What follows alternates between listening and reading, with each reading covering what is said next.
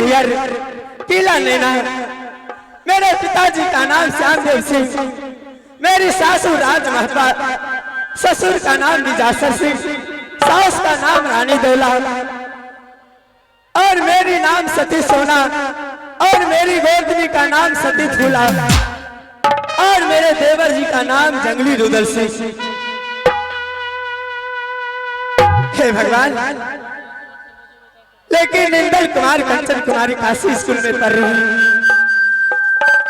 और मेरे महाराज दरबार का अभी खुद सिंहासन पर बैठी हुई।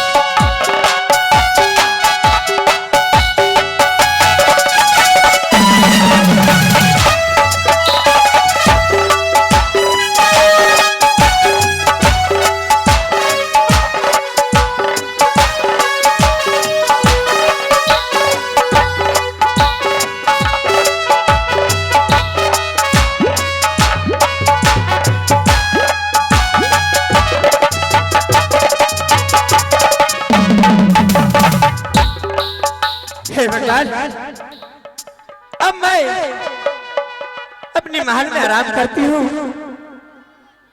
और सती फूला रंग महल में अपनी सारे काज काम का देखभाल सारे काम उसी को ऊपर सौंप रखी हूँ।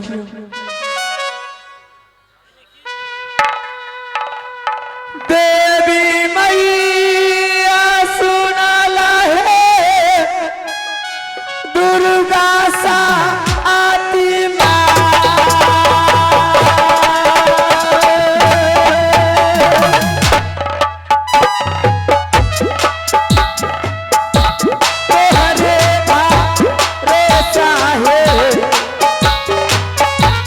ऐसे मोहा